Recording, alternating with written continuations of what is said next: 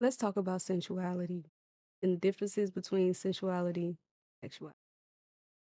So, the definition of sensuality is the conscious, loving, and full attention connection to one's senses, the five senses: sight, smell, sound, touch, and taste, and internal bodily awareness, which can be interception, proprioception, and vegetable.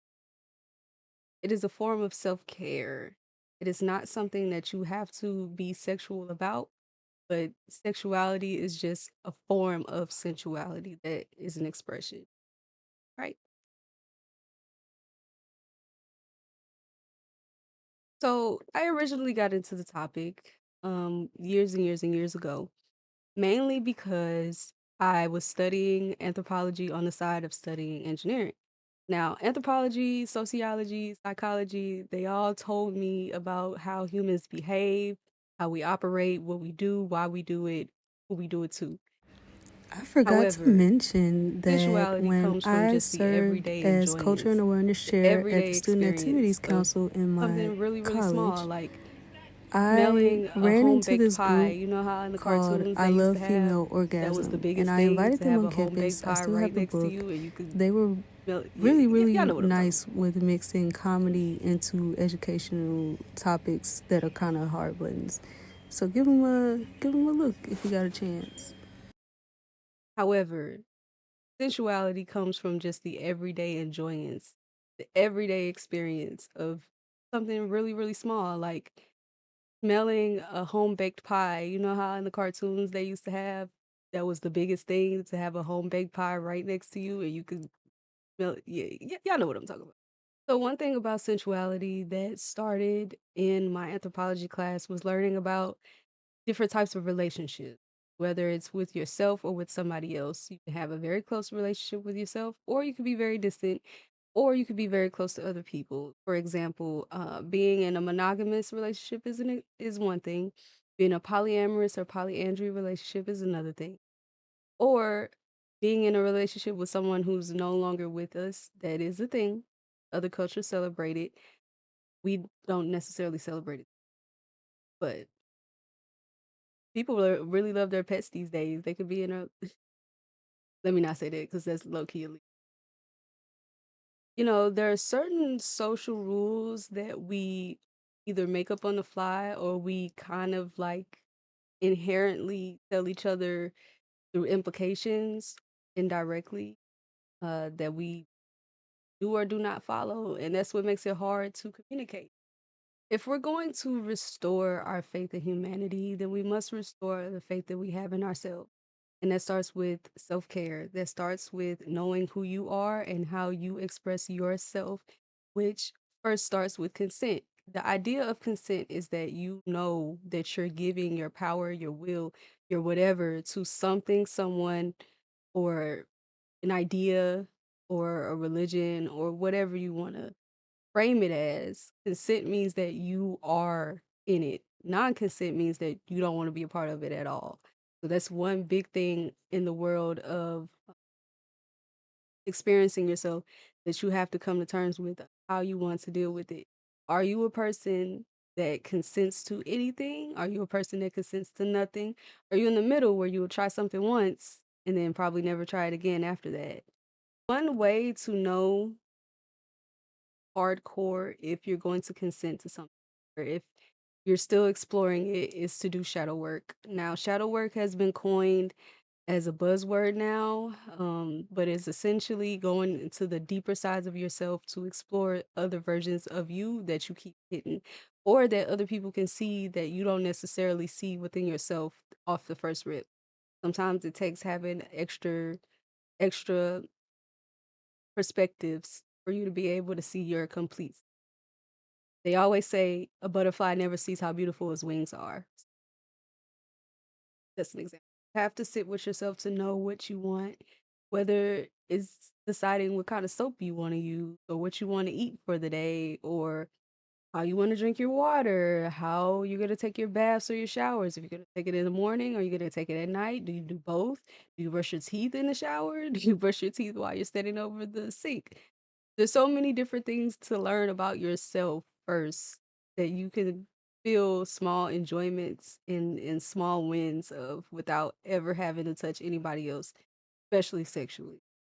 But we know now that consent is a powerful tool that we use to engage in our senses. So, I like to say that you have more than 5 senses.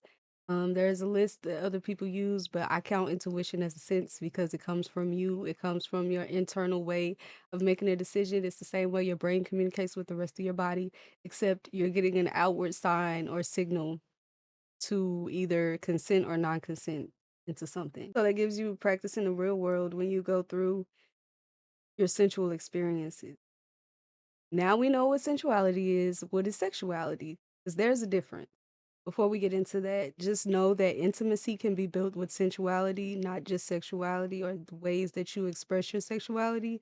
Sensuality has a very important role in relationships. It builds connection, it builds intimacy that involves touch, massage, or any romantic settings before you even do anything sexual.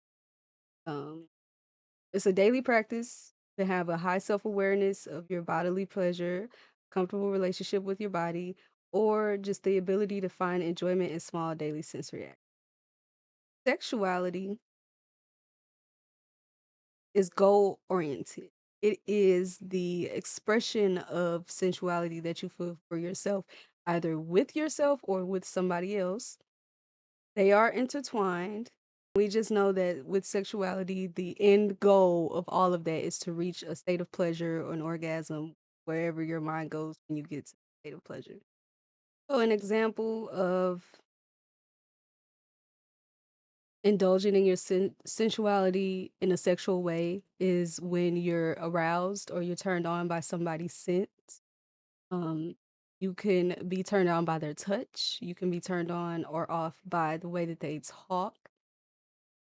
Their smell is a big thing. Pheromones is a huge thing because that's what humans usually smell on each other. Now we've introduced perfume and deodorant in the world, but you're still gonna be able to smell somebody's pheromone. I know that you're, but when you really like it or you really hate it, that's you indulging in your in your senses.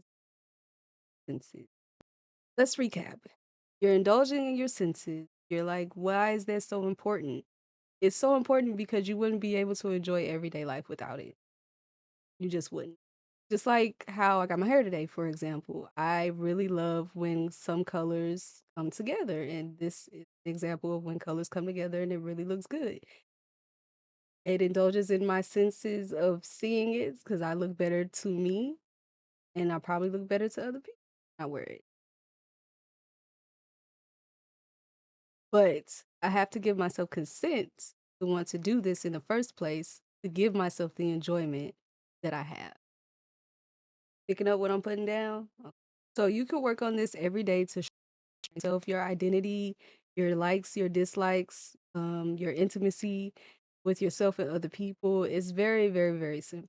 Not anything that's too out of the ordinary. And as a sensual dom, one of my biggest things is making sure that people are in tune with themselves, that they don't always need outward validation. I help people find out ways to cope with their trauma and get through it. I'm not a therapist, but I will offer advice on how to self soothe, how to get out of a bind, how to, overall just try to make your life better from day to day, not just to just do this one thing and everything's going to change. No, it's the day to day thing. You have to indulge with it day to day. Like sitting in silence for 5 minutes a day. Meditation is one of those things that you are building intimacy with yourself because you're getting to know yourself, your thoughts, everything that comes within your mind that you don't want to acknowledge, they're coming up. So you have to be okay with it. Or you can finally confront yourself and say that I'm not okay with it. Or say you're swimming and you know that you have anxiety about swimming. You get to figure out, okay, does my anxiety come from me not knowing how to swim? Does it come from me a fear of drowning? Does it come from a fear of just not looking good? Like that, you have to engage with yourself to find answers that you wouldn't normally find on the surface. And sexuality is usually doing that in a sexual experience, a sexual activity, something that engages you with another person or yourself in a very sexual way. I know I'm using the word in the definition, but We gotta stick to YouTube terms and conditions. But you want balance. That's the biggest thing. You don't want to walk around and then there's all these issues with keeping your relationships happy and healthy because a lot of people don't want to engage in themselves enough to know what they want, so they push it on and project to the other person. And that creates an unhealthy dynamic. So you got to watch what you're doing to make sure that you're actually indulging in your senses. You're not just pushing them off to be felt later or by somebody else. Me, myself, through my sensual and shadow work, I've learned so much about myself. I've learned what I like, dislike, what I can't stand, what I won't tolerate. Um, Learning boundaries is a huge thing. It's a huge thing that everybody needs to know how to do. To assert their boundaries is another thing. You have to have confidence in yourself and trust yourself that you're going to be able to assert them and not fall back. Like there's so many things that sensuality can help you do in your everyday life. And by doing them, you're not putting yourself in a position to be one-dimensional or one-sided. People don't really like one-sided.